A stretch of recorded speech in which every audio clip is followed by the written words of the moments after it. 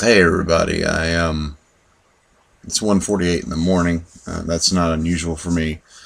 I got back from the 2-year reunion gathering of Moral Monday arrestees and Moral Monday attendees, I guess.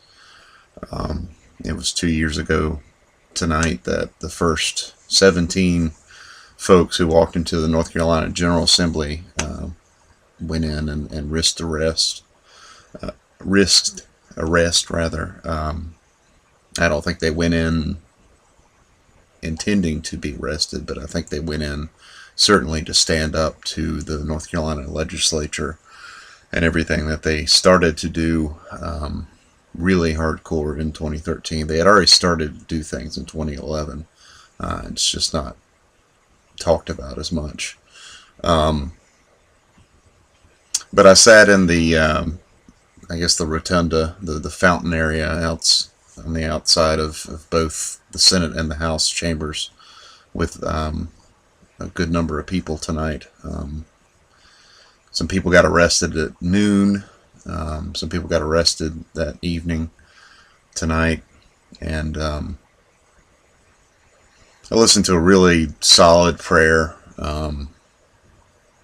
about asking God to bring lightning down on the General Assembly, and not physical lightning, not to burn the building down, but to wake the legislature up to the things that they're doing that are hurting people, like not expanding Medicaid. People are dying, and doing other things like the worst is taking away the right to vote, not officially, but they are doing things to make it harder for people to vote. And that's people of color, that's people who are poor, that's people who are old, students, so young as well. It's basically the people that they assume or figure won't agree with them or keep them in power. And that's part of the white supremacist structure that Dixon has talked about and that others have talked about in this video challenge, racial healing challenge, Dixon's challenge. And I just got through watching some Prince EA videos, and I posted them in the group. But it got me thinking about like me as a white man, and I had done 2 other videos, and I hadn't really kind of gotten like personal. I talked about my family history, the fact that our family owned slaves in what became Haiti, but I didn't talk about me personally, about like my innermost thoughts and just perspectives growing up as a white male in this society, which I am the type that this society benefits if I so choose to take advantage of that. But it obviously hasn't benefited me because I'm living below the poverty line. I'm currently talking to you from my parents' 3rd floor attic room, living at home at almost 40 years old. So I've landed here again. I have moved out and come back, and moved out and come back. Getting out soon. That will happen soon. I have faith.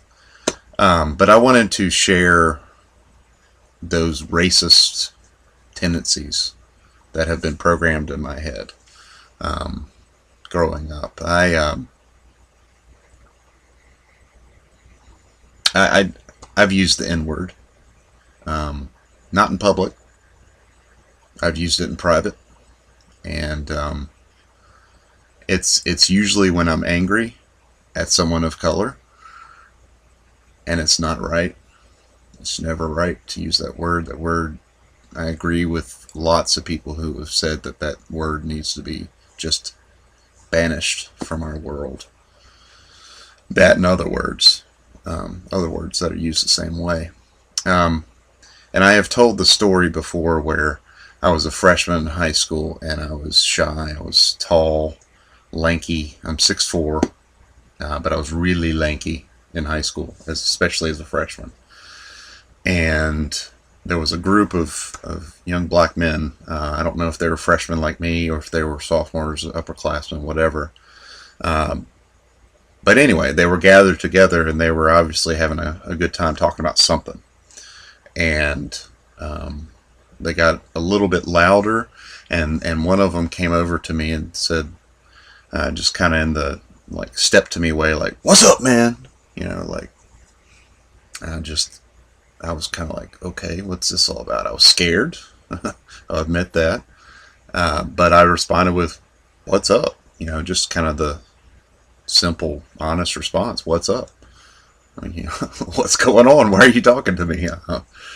Um, but anyway, I just said that to him, and I was scared, but I knew he was a fellow attendee of my high school, and so I didn't know that many people, so I figured I'd say what's up back, and we shook hands, and he walked back to his group, and I overheard him saying to them that I was cool. And for the rest of my high school career, I guess I remained shy, and I am a true introvert even to this day.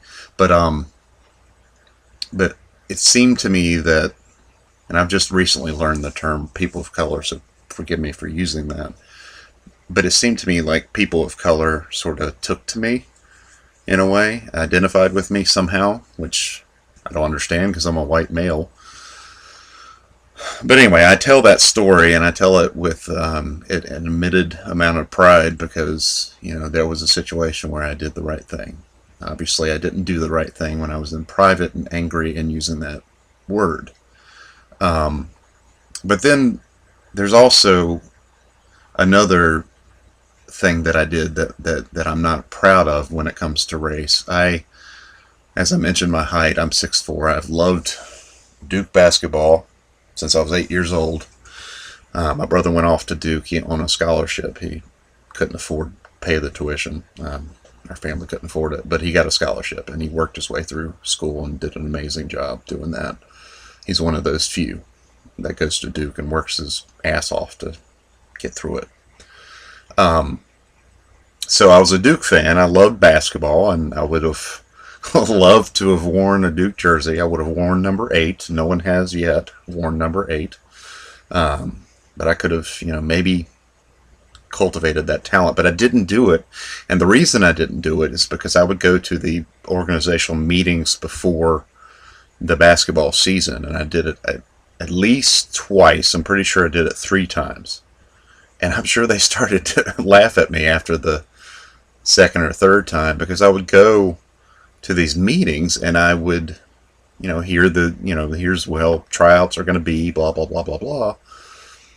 But I wouldn't go out for basketball. And you may be asking yourself at this point, why didn't you go out for basketball? You say you're 6'4", you've probably been a guard or maybe a very, very, very small forward. Well, I didn't go out because I was scared. I was scared because majority of those that were trying out for basketball were very large black men, young men like myself. But I guess I didn't realize I too was also a large young man, just happened to be white. But I was intimidated and afraid to go out for basketball. Now, can you imagine what my life would be like today if I had had the courage to try out for basketball at my high school? Imagine if I had honed my skills that I have that are long gone at this point because they've been so dormant. But I was taught to shoot free throws. I could have been a great free throw shooter. I know I would have been a great defender. Those 2 things I know. But I could have been a pretty decent basketball player. I could have maybe, who knows, caught the attention of colleges. And who knows, I may have worn number 8 for Duke. And then I may have worn number 8 or other numbers in the NBA, which would mean that I would have lots of money if I had been smart about investments and saving my money. But imagine that. Imagine that life for me if I hadn't been scared, and if I hadn't been scared based on the way people look.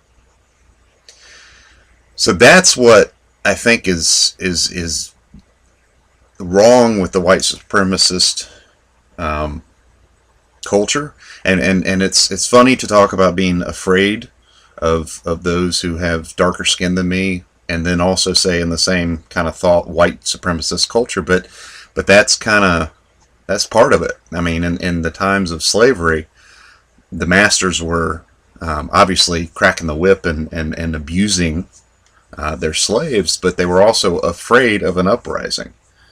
So there's that double-edged, horrible double-edged sword, because they're abusing and you know, creating fear in a society. But anyway, that came to me, and I wanted to share that and be honest and say, I'm human, I'm flawed, I screwed up, and I just wanted to share that point of view, that what would have happened if I just had not been afraid and just learned to know and love those young men on a team. So, peace be unto all who watch this. Thank you very much. Take care.